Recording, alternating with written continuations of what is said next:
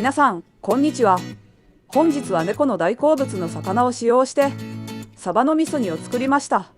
味噌のコクと生姜の香りが美味しい、ご飯の進む一品です。本日2月22日は皆さんご存知、にゃんにゃんにゃんで猫の日です。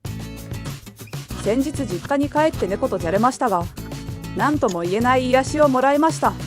実家の猫は里を介している家から譲ってもらった子ですが、警戒心が強く、以前は帰省しても一日姿を見ることができませんでした。最近は帰省する機会も増えて顔や匂いを覚えたのか、しばらくすると姿を見せて撫でさせてももらえます。信じられないことに喉もゴロゴロと鳴らすようになりました。猫のゴロゴロは治癒力を高める効果があると聞いたことがあります。犬とは違い、猫は単独行動をするため、骨折や怪我などをすると命に関わり、自力で早く治癒させるよう喉のゴロゴロの振動が治癒力を高めていると聞きました。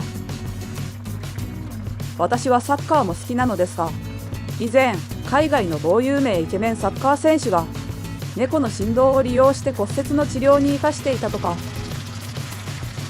仕事が行き詰まった時などは散歩が趣味なので、時間帯によっては大型日用品店のペットコーナーでワンコやニャンコを見に行って癒されています。